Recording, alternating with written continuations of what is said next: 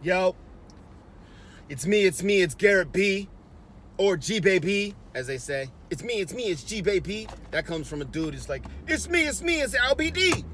It was like a DJ back in the day. It's me, it's LBD. You don't remember that. But anyways, what up? Welcome to this edition of G Baby Just Talk About Nonsensical Madness. So, here's the deal. I asked you to give me topics on what to talk about, and most of you just put yourself. Selfish people you are. And then I got some good topics to talk about, which I'll touch on. But first, we need to talk about Ariana Grande, because Ariana Grande's new album is a smash hit. Smash hit. I tell ya. Like 19 songs on that album are good. There's only like 12 songs on the album, so figure that out. Do your math. M-A-F-F. Math. Sorry, it's a little chilly out. The temperature is now, I don't even know, what's the temperature? Tell me, car, what's the temperature? Bear with me. 32 degrees F. What does F stand for? Fahrenheit. Spell Fahrenheit. F-A-H-R-E-N-H-E-I-T. See, I'm a good speller. Y'all don't know that about me. I can spell lots of good words, like clothes. C-L-O-T-H-E-S. Clothes. Nobody ever says clothes. Hey, do you have any new clothes? I mean, people just say, you got any new clothes? English is the worst language ever. Clothes is never said how it's spelled. Just a bunch of extra letters. Why have silent letters? Oh, the E is silent. I mean, like, door. I mean, I don't know. Is that a silent? I mean, is two O's necessary in the word door? Door? I mean, there's no D-O-R. Like, why D-O-R wasn't taken? Why couldn't they just be like, door, D-O-R? No, we had to go door. It's terrible. Just regular stuff that just doesn't make sense. But anyway, someone brought up a topic, and it was like, your hand positions when you work out. Here's the thing. You know how Michael Jordan like had his tongue out when he played? And he would like do that? Well, I got some athletes who do that too, like who like stick their tongue out when they're working. And they do this, and it's really funny. I try not to point it out, but I will sometimes. They know they do it, so it's not like I'm pointing anything out they don't know, like making fun of them. But like I do have other athletes who like make weird hand positions. Like I got one athlete who does like a pistol with her hand. She goes like this when she does anything, and it's like, it's kind of funny. And then I got another athlete who like will turn his hand all the way around whenever he's doing anything. Like when he runs like this. Like he sprints like this, and it's like, yo, what are you doing? You're like literally creating like wind resistance. Your drag coefficient is 0.012, and therefore your maximum speed is going to be lowered by 0.2 seconds. I mean, I guess it really doesn't matter what you do with your hand. When you're talking about beating someone by like a quarter of an inch, yeah, your hands might matter. Or you're like a track athlete and you're talking about hundredths of a second, your hands will matter, right?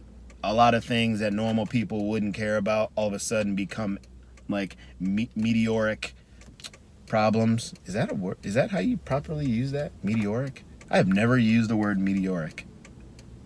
It just become like astronomical problems. That's not how you use that either. Just become like big deals. Just keep it simple, yo. Keep it simple like a pimple. Someone else also brought up bounce, like hops, yo. Like bunnies, like vertical leap. Here's the thing, man. Like, when it comes to jumping high or being explosive, so genetics will give you a range of abilities, and where you fall within that range of abilities is dependent upon a lot of other factors, right? Nature versus nurture. This whole topic that will be discussed forever. Okay, so yeah, you get a range from nature, and then nurture your abilities to fall within that range. See, I'm trying to be smart, and that's just not working. Let's just talk normal. So if you want to jump high, say you want to jump high and run fast, the best ways to do that are to jump as high as you can and run as fast as you can regularly. Or it's like, if you want to get good at something, you better do that something in order to be good at it. I mean, it's pretty simple, right? You want to be good at calculus? Don't do long division. That's stupid, right? You want to be good at calculus? Do calculus. It's the same thing with your body. You want to get good at jumping? Jump!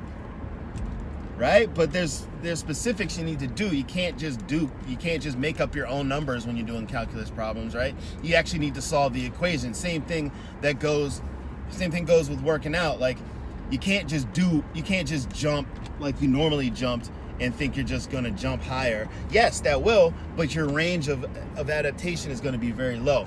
You need to also, like, think about the form that you're jumping in. Think about the components of that jump. So if we get really nerdy into it, it takes core strength, it takes power, it takes, absolute strength. It takes all of these things in order for you to become a good jumper, so to speak, right?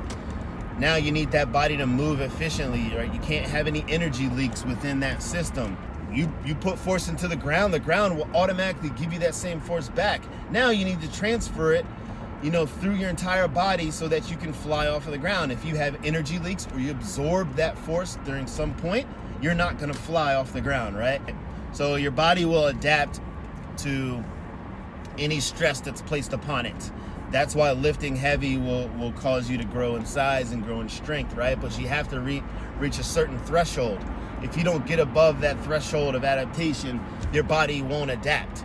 It sounds stupid and it sounds like this is common sense, but trust me, many people don't get it. So when you see people at the gym just curling like little 5s and 10s, and it's easy for you, you did something, but you didn't do enough.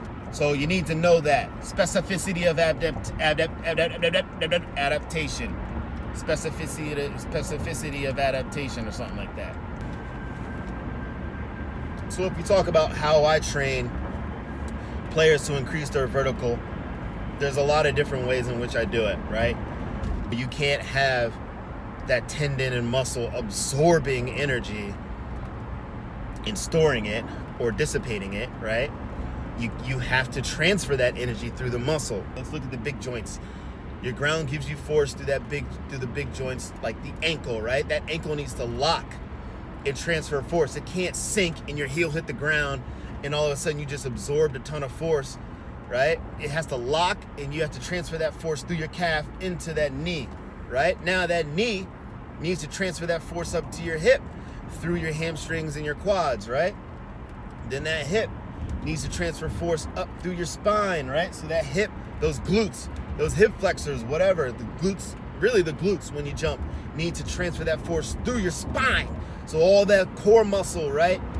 Your core really needs to transfer that force all the way up through your arms, right? So you jerk those arms, that's another 10% you might create. And then boom, through your head. And then all that force goes through your body and you propel yourself off the ground. You don't transfer that force correctly, poop. So we need that stiffness. We need to be able to transfer the force. And then we also need to be able to create a ton of force down into the ground. Whatever.